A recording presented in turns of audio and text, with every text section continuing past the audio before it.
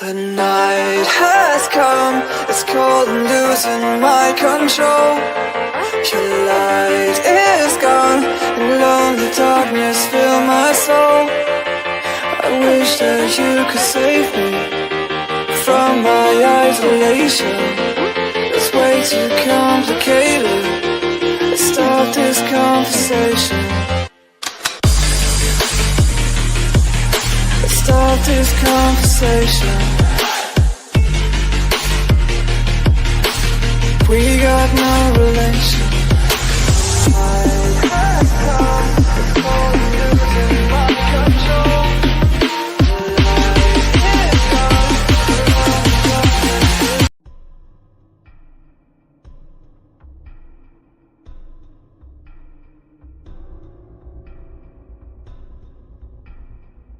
Welcome to Don't Whistle at Night podcast, where Navajo legends echo in the shadows. Darren and Dawn will guide you through the sacred fire of native storytelling, where the old stories breathe, the unknown walks among us, and voices, long hidden, rise to be heard. And remember, don't whistle at night.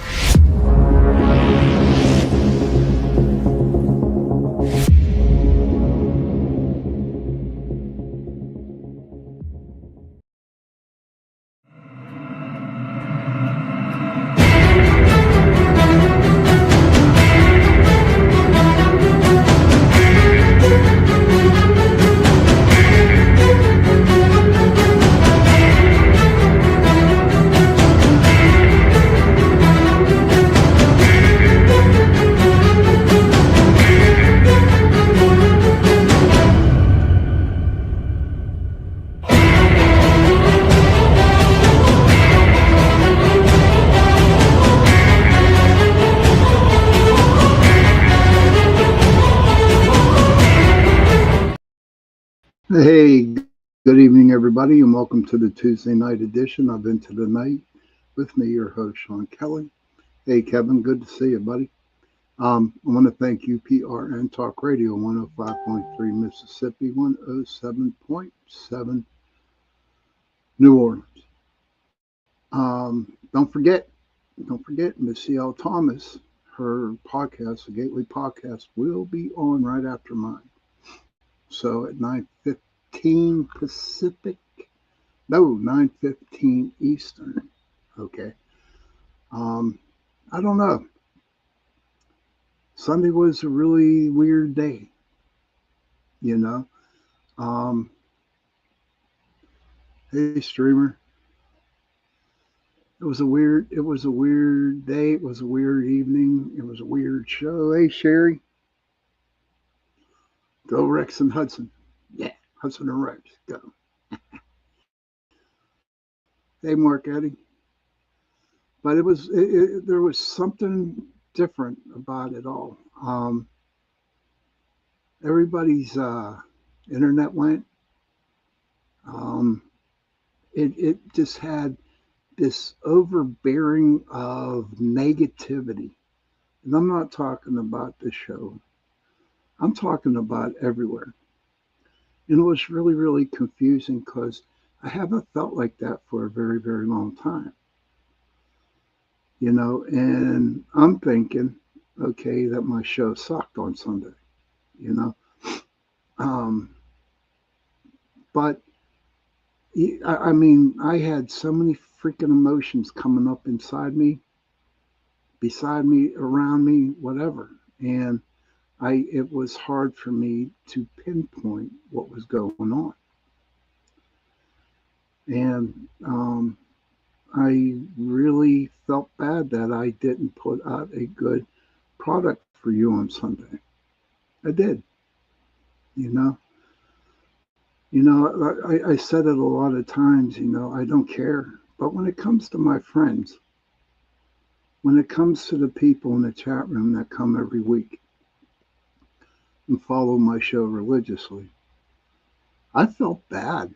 I really did. because in my mind, I didn't, like I said, I did not put a good product out for you guys.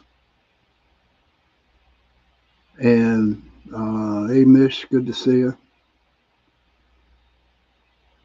But I don't know. And then I started reading up and I talked to a lot of people, and it was the blue moon, okay? And from what I understood from listening to other people and reading up on it, yeah, I know. It was terrible, man. It was terrible, Sherman. Um, it was like the blue moon gave off some really, really heavy vibes. And I want to know if anybody out there who felt the same way, if they had some really hardcore vibes. And, and from what I understand, there were a couple that they kept telling me that they were moody and that they were mad and that they were angry. And they couldn't figure out why. And as I did some research, because I couldn't sleep that night, no way in hell did I sleep that night. I'm like, maybe the moon did. Hey, Lords. Hey, you guys over there in Twitch, okay? I'm trying to put a show together next Sunday. My brother role plays. He does Dungeons and Dragons, and I'm trying to set up a 2 hour little round table of his friends who he um, plays Dungeons and Dragons, and it's not always Dungeons and Dragons. They have up scenarios, different places. It's crazy, man. And if you could tell your friends over on Twitch, okay, tell them to come in next Sunday night, 8:10 to 10:10 p.m. and and hopefully we'll have that roundtable show. And it's all going to be about Dungeons and Dragons. And the reason why I say that is because it, to me, D&D is all fantasy. All role-playing games are just fantasies. And you know, I really, really look at all the main podcasts out there, and nobody really talks about it. And I feel that it has some part of, paranormal or spirituality because they come up. It's amazing how his friends just come up with all these different scenarios. Now, when it comes down to the rolling of the dice and all the other stuff that goes on with it, I don't understand at all. But when my brother comes home the next day, he'll tell me what they're playing and what kind of scenario it is. I mean, he played like an elf that had magic, that had this, that had that. And I thought it would be kind of interesting if we could do a show, something like that. Hi, Heidi. Good to see you. I'm glad you got home safe. And I figure I would put a show on for that. So everybody who is on Twitch who is following, or listening to the show tonight, next Sunday we're going to have my brother's friends who he plays Dungeons and Dragons with. And I think it will be a very interesting show. But back to Sunday. It just was really, really crazy. Hey, Joni, good to see you. It was a crazy, crazy night. And so, the reason why I came up with sleep paralysis and the old hag theory tonight versus because when I finally shut my eyes, okay, I didn't have a sleep paralysis per se, but as I closed my eyes, there was this ugly, not ugly, but mean woman. staring me at the face. And I mean, she got right up there. And I'm thinking, what the fuck is going on here? Excuse my language. And of course, I broke out with Coda, and then she went away. But, all right, Jody. And I mean, the face was literally right up against mine. And I figured, it must be an old hag thing or something. I don't know. So I came up with this tonight about sleep paralysis versus the old hag theory. Can I ask anybody out there, have they ever experienced this called old hag theory or sleep paralysis? Heidi says, I had a doctor tell me I had sleep paralysis. When I told him what I experienced, it definitely was not. Thank you. If anybody can relate like Heidi just did, and I know I have. And I remember the first time that it happened to me, I was scared shitless. I was. I did not know what was happening. Mish says yes. I did not know what was happening. Joni hasn't. Okay, Joan. And I couldn't breathe. I really couldn't move. And I saw this ugly looking thing sitting on my chest, looking at me. Kevin says, I have had sleep paralysis, but it's never been that long. Okay. But, mine maybe lasted about 5-10 minutes. I don't know, because whenever that happened to me, I lost all track of time. I didn't know how long it was happening, but I know. And no matter what in the hell, hey, Cindy, no matter what in the hell I tried to get rid of it, I couldn't. So eventually what happened, it just went away. Kevin says, I'd love, Kevin PP4PJ, okay. I love to get sleep paralysis as getting into a dream aware is much easier than going from awake to, hold on, let me back it up a little bit there. It's much easier than going from awake to dream aware, okay. Sherry says she had it, something pressing me into the bed. I couldn't speak at all. Mish says I couldn't open my eyes, but I could hear something going through my room. And Sherry said that there's something bad there. And so what causes it? Now, from what I was reading, I got my AI stuff here, so I'm going to read it later, pretty soon, maybe at the end of the first break. Joni says, I believe people have them. I wonder what happens or what causes it. And you have your scientific views, and then you got your spiritual views. But here's where I draw the line, okay? Them boys who are doctors, the boys who went to school and studied this stuff and said, okay, so you're in a REM sleep and this happened to you and this is why it's happening. And to me, in their world, in the doctor's world, I'm not judging them.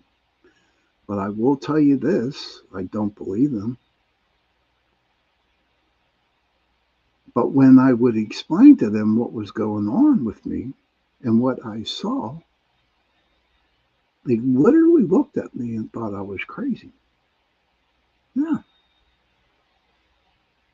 And I wasn't crazy. I know what I saw. And I was wide awake with it. But it kind of gets me mad that the scientists, the doctors, that field cannot just accept the fact that spiritual things happen, especially, the old hag Kevin says, I have only the feeling of not being able to wake up and stuck in a dream, as though dream had to play, but before I was allowed to wake up. But that rarely happens. I generally enjoy my dreams.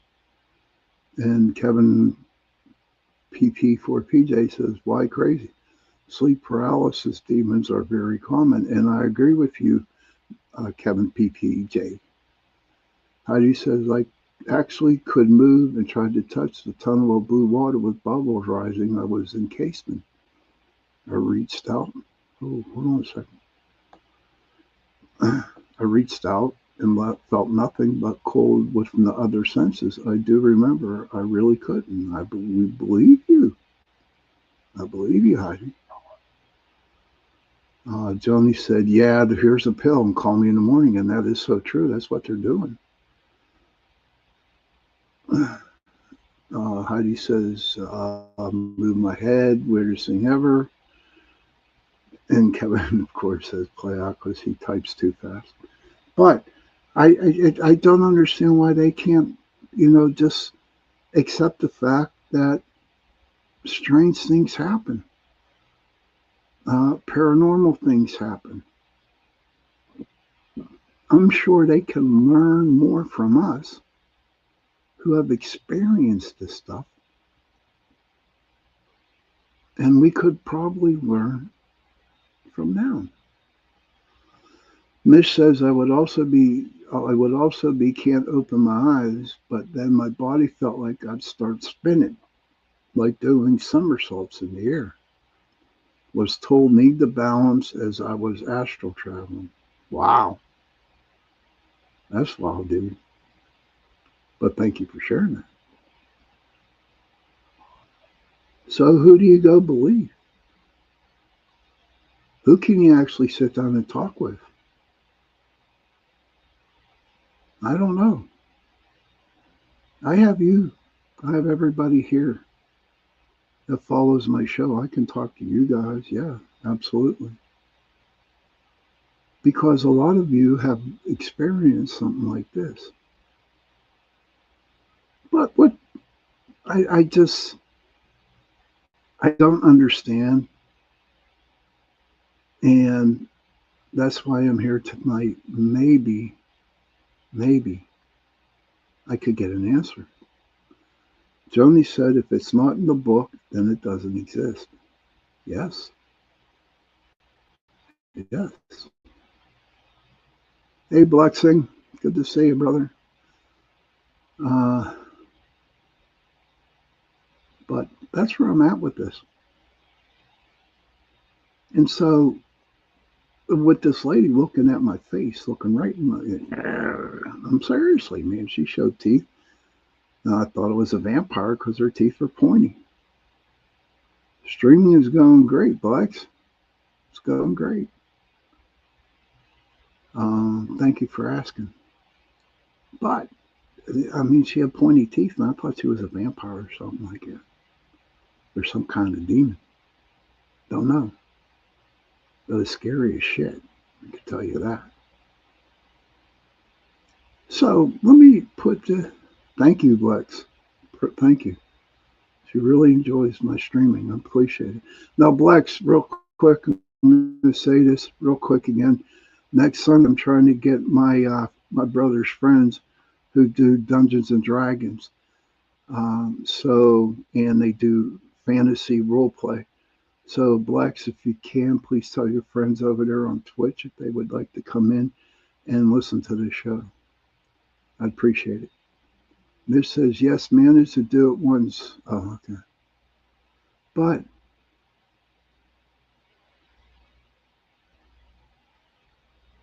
I stream at this time on Sunday nights, 8:10 to 10:10 p.m. Sunday nights. So it's just, it's mind-boggling. Yeah, I'm on Discord. So I don't know. What do you guys think? I would like to hear your theories on the difference between the old hag theory and sleep paralysis. I would love to hear it. Okay, I will. I will do that for you, Lexi. But yeah,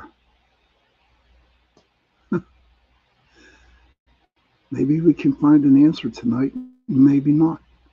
But I didn't like the idea with this chick who had pointy teeth looking at me. I mean, she was like right into my face and she was trying to scare the shit out of me.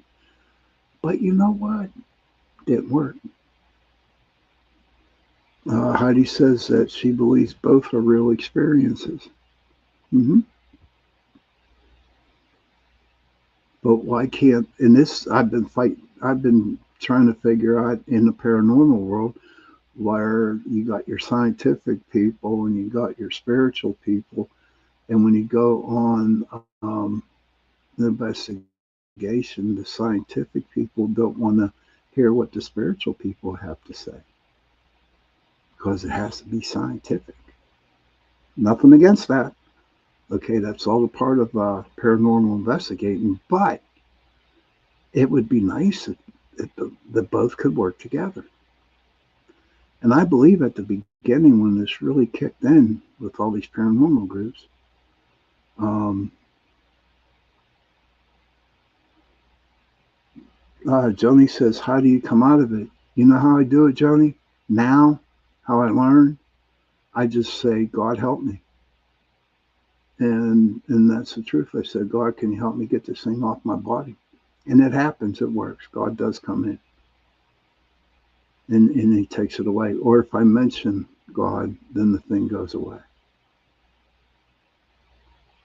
I will do that later, Blacksing. Okay, buddy, I will do that. Right now I can't because I'm like doing the show. I don't know. But that's how that happens, Joni. I just say, God help me, and God does, and pulls the thing off me. Okay? That's how that works for me.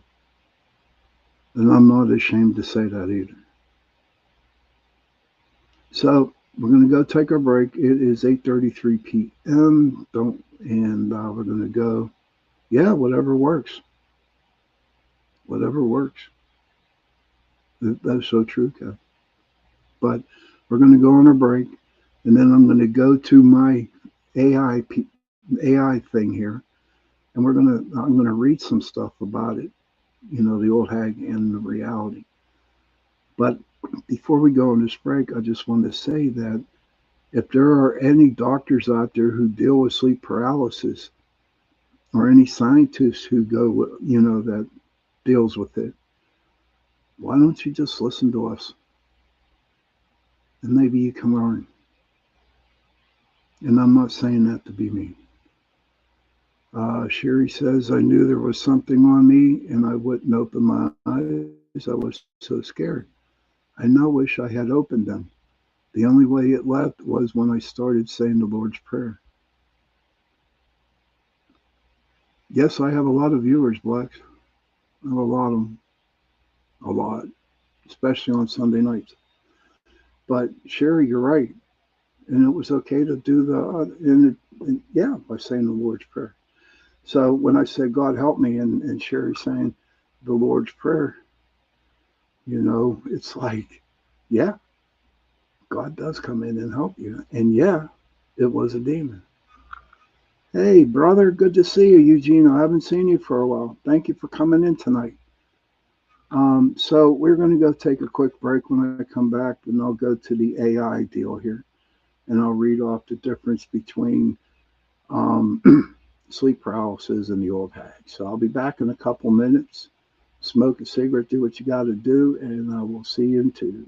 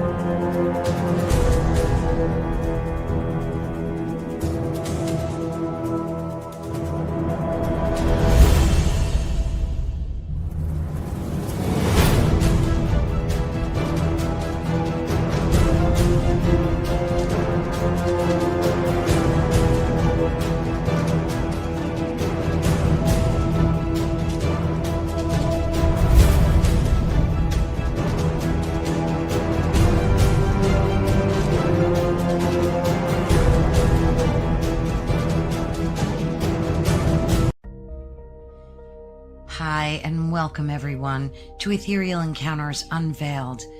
Today we are broadcasting live on the United Public Radio Network and the UFO Paranormal Radio Network, 105.3 on the Gulf Coast and 107.7 FM in beautiful New Orleans.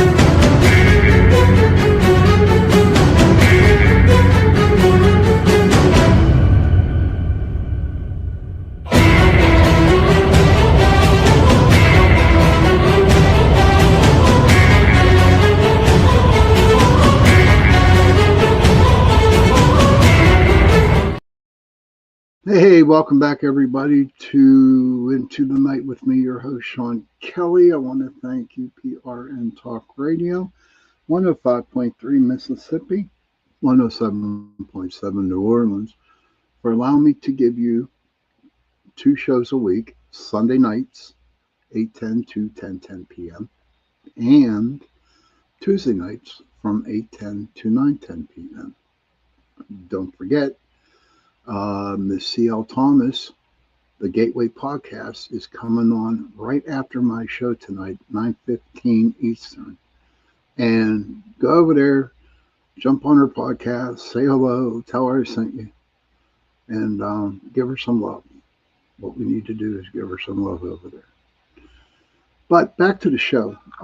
So at the first half of the show, we were talking about the difference between sleep paralysis and the old hag theory, which are basically the same thing. If you're in the scientific way, it's called sleep paralysis. If you're in the spiritual side of the way, it's called the old hag theory. And real quick, again, like I said before we went to break, I just wish the scientific field and the spiritual field could come together and work together. And maybe they can hear, get some experience from us and hear what we have to say instead of going to 8 years of school and like Joni said earlier, it's not in the book. But now I'm going to go into the AI things, my AI phone here now, and I'm going to read, the difference, what they say in AI about the difference between them. Okay, so sleep paralysis and the old hag theory described to be the exact same physiological experience. Sleep paralysis is the modern, there's that word, underlined it 7 times. Sleep paralysis is the modern clinical explanation for the event, while the old hag theory is the cultural, historical, or supernatural folklore people used for centuries to explain those terrifying symptoms. Kevin says, doctor will make money off it, spirit will pull you out for free. That's true. But, okay, so I'm going to read that again. Sleep paralysis is a modern clinical explanation for the event, while the old hag theory is the cultural, historical, or supernatural folklore people used for centuries to explain those terrifying symptoms. So that was way, way back, long, long time ago. And You know, we talk about the Appalachian Mountains, the Appalachian witches out there that used plants, different fruits. Hey, Kara, different kinds of berries, whatever, and they healed people. You know, but you know, it don't work that way no more because the clinical explanation doesn't. Hey, good to see you. But they just don't take into consideration what people used a long time ago to heal. Okay, so that is why. Okay, when it comes down to the sleep paralysis, it's the clinical explanation, modern. And so I guess the doctors had to step in and say, no, no, no. Just like Christianity went into over there in the United Kingdom and told the pagans over there, you have to be Christianity. So what gives the people the right, to flex their muscles and feel like that they are king power of everything, and they got to tell us people, us lay people. Hey, Patrick, good to see you. It's my brother. Greetings. Hey, Pat, I've been telling everybody about maybe we hopefully we can get Mike and Rao come on next Sunday, and we'll do a D&D, show, or role playing show. But yes, so I would believe I would go with the old time, the stuff that happened many years ago before it had to become clinical. Mish says my son is into D&D. Hey, CL, there she is. Hey, girl. Who's your guest tonight, there, buddy? The relationship between the two can be broken down by what is happening medically. There's that medically versus how it's perceived in folklore. So I guess the scientists and the doctors had to step in and move their weight around and say, listen to us. We know more. And they don't know more. I remember when I was with Chasing Prophecy, okay? It's all about the money. Yeah, that's true. It's all about the money. And on C.L. Thomas's show is John Kozik from Parker Brothers to the Devils. Ooh, that sounds interesting. Tell him to tell the Parker Brothers to quit putting the Ouija board out there on the shelves for everyone to buy. Okay, but so to me there is no relationship. I forget. I think it was Kevin who said something earlier, right? They give you a pill and they say see you in the morning. I forget who said that. And Joni said, yeah, Kevin, it's the best, all about the money. And it's true. Patrick, my brother, says, when I was in the Navy on the USS Constitution, in the berthing room, one bed was haunted. So one night I slept in it. Happened. He slept in the bed. It happened. The old hag theory. Thank you for sharing that, Pat. Thank you for sharing that. So, what my brother just said, okay, it's paranormal. It's not a REM sleep where your body all tightens up and all that horse crap. That's what I look at. The clinical reality of sleep paralysis. What is it? The first light bulb invented is still going, however, they wouldn't make money too. That's true. Kara says, yes, sleep paralysis is rough, but I had other experience, kind of the old hag. but it was like a meal demon. Huh, okay. Same thing. Something was on your chest and you couldn't move. So, male or female. Some people call it an incubus, some people call it a succubus, and I'm being honest when I say that. And they're nothing to play around with. Okay, so what is it? What is sleep paralysis? It's a temporary inability to move or speak that occurs either right as you fall asleep or when you wake up. Ooh, shit. Kevin says some people believe everything the doctor will tell them to make the buck. Kara says they were coming out of the wall beside my bed. That's crazy, Kara. Holy crap. Again, it's a temporary inability to move or speak that occurs either right after you fall asleep or when you wake up. During REM, here it is, rapid eye movement sleep, your brain naturally paralyzes your body to prevent you from acting out your dreams. What a case of horseshit. Excuse my mouth. You know, I'm in a cussing mood tonight. Sleep paralysis happens when your conscious mind wakes up, but your body fails to turn off that REM paralysis mode. That's a bunch of salad. That's a bunch of word salad there. I'm going to repeat that again because that's word salad there. During rapid eye movement sleep, your brain naturally paralyzes. My brain never paralyzes. Honest to God, my mind's going miles a minute, even when I'm sleeping. And your body naturally, how's it go? Your brain naturally paralyzes your body to prevent you from acting out your dreams.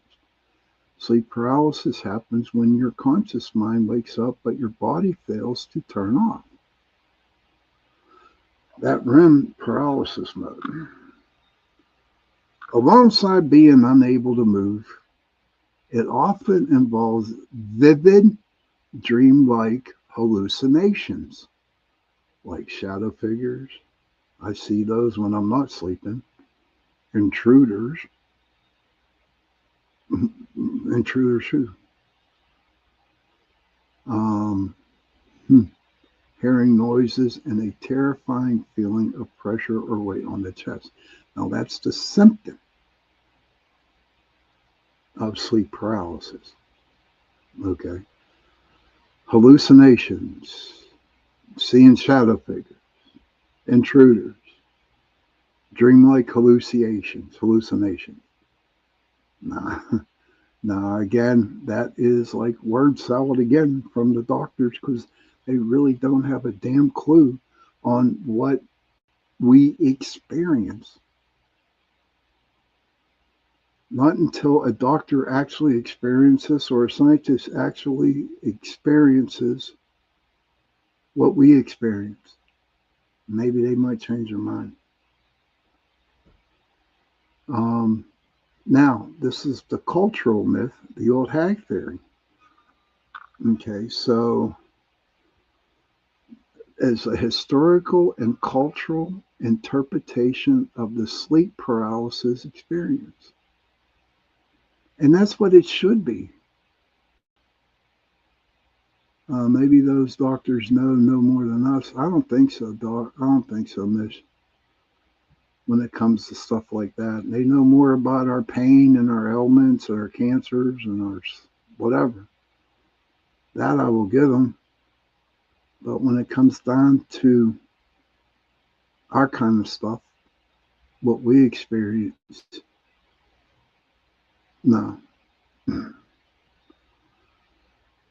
Before modern sleep science, people explained the physical chest pressure and the ability to move as a supernatural attack by a demonic entity, an incubus, or a witch, often personified as an old, withering hag sitting on the sleeper's chest.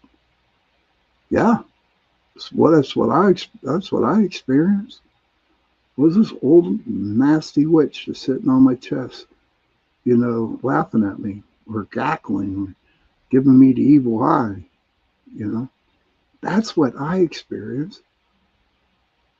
You can, and then I guess the doctors or the sleep paralysis people, they can hook so many damn things to your brain, and you could do sleep study shit, all that kind of stuff. And what's the deal? Are they praying or are they hoping that you do get the sleep paralysis? No, it's not a good witch here, Kev. They hope that we get something like that on us while we're doing a sleep therapy thing or sleep study. Mm-mm. No. First of all, to be honest with you, um, now I know there's people out there that need to have sleep, but sleep studies and stuff like that. But to be honest with you, I don't want brain stuff connected to my brains. I don't want a cap over my head with so many damn wires going everywhere. I know what I saw, I know what I felt, and I know what it was. And I think the doctors are ignorant that they won't listen to us. And that's my opinion. This culture phenomenon is not exclusive to one region. Hey, Sherry, you in? I hope you're still there, buddy. In Newfoundland and South Carolina, it is called the old hag. In Japan, it is called Kenishibar, whatever. And in Thailand, it's called Fiar. And in Turkey, it is Karabansin. Ooh, I wasn't ready for all those words. But it's not just here in the States, it's everywhere in the world. Let's see what else. Okay, here we go. Now, Kara says, I had a dream one time that a demon was crawling up from the foot of my bed toward me.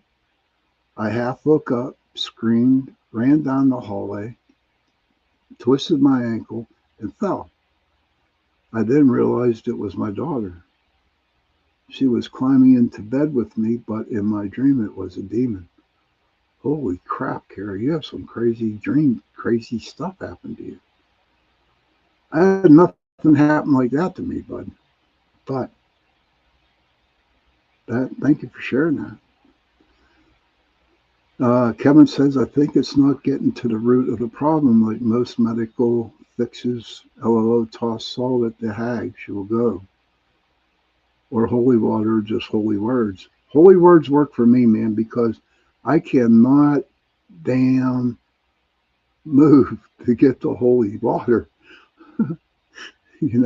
or toss salt at the damn thing. I sure as hell ain't going to put myself in a ring of salt before I go to bed. Because, man, that would feel very uncomfortable. You know what I mean? But, and here it says, when you experience sleep paralysis, your brain is awake, but it's still partially producing dream imagery. Because your chest muscles feel tight and your breathing is shallow during REM sleep. Okay, listen, Kevin, Heidi, what do you think of this? I want everybody's opinion if you want to share it. Kara, I'm going to read this again. When you experience sleep paralysis, your brain is awake but still partially producing dream imagery. Because your chest muscles feel tight and your breathing is shallow during REM sleep, your brain naturally interprets this restricted feeling as an external heavy weight. Another word salad. The old hag theory is simply the brain's way of assigning a culturally familiar monster or demon to a very real frightening physical sensation. Are you serious? Are you serious? Come on. Oh my Lord. I mean, they give at least what, 7 or 8 lines for, you know, the sleep paralysis, and they only give you 4 or 5 lines for the old hag. To me, it's a bunch of horse crap. It really is. But that is what the AI thingy had to say, okay, about the sleep paralysis and the old hag. Kevin says, yeah, dreams can play a trickery. Hey, Kara, I saw an imaginary salt. I don't know if there could be imaginary salt, buddy. I don't know. But I know what I felt, I know what I saw, and I know what I experienced. And I sure as hell am not saying that I was in a REM sleep or my brain was awake but my body was still asleep. I know what I experienced. Kevin says I sleep in intervals, so maybe that is why I don't stop breathing, also fall asleep, sitting or partially standing up usually. That's good. I wish I could do that. No, you can find salt in your dream. Thanks, Kev. But yeah, that is the difference between sleep paralysis and the old hag theory. Peyton, Peyton, greetings. May Lord Jesus have mercy on us all. Thank you, Peyton. I appreciate that. You know, when you go and pray tonight, say a little prayer for me, okay? I'd appreciate it. Okay? And I'll say a little prayer for you too, brother. Sitting up, not standing up. You're funny, Kevin. And I mean that, Peyton. But so that's the difference. And if you want my conclusion or you want my theory, I believe you can stick the paralysis out the door, kick it in the ass and kick it out the door, because I don't believe that. The only thing I believe is myself, because I saw, I felt, and I heard. That's all that matters. We are getting close to the end of the show. I hope everybody enjoyed the difference between the sleep paralysis and the old hag theory. Kara says, my nightmares are why I was on meds for nightmares. I quit taking them so I could actually dream, and now they're just crazy and wild, but at least not scary. I'm glad they're not scary. Blast them with the brightest intense light. Yes. Peace to you too, Peyton. Peace to you, my friend. And thank you for coming into the show. Okay, so we are at the 50-minute mark of the show, and you know what that means. I'm going to draw a card. I only think I'm going to draw one card tonight. Maybe I'll draw 3. I don't know what's going to happen. Kevin says, yeah, I prefer to dream. Love it. But I'm going to draw some cards, and I'm really putting all my thought into it, you know. And if Peyton, you're still in the room, what I do right now is I draw cards. They're animal spirit totem cards. And I pull one. And when I pull one, that's for everybody in the room. Okay. And what you do is you write the animal down. And then you go Google the animal and see what it means for you for mystical, why it helps you. Okay, guys, here we go. Yeah, Kara says, yeah, life is boring without dreams. All right, everybody, here comes the card pull. All right. Okay, good. We got some people in the chat. Okay, so I just got done shuffling them, cutting them once, cutting them twice, and cutting them 3 times. I wish I could do. Life is but a dream. Okay, you guys ready? Here it comes. Boom. It's the porcupine. The porcupine. Well, I can't say it that good.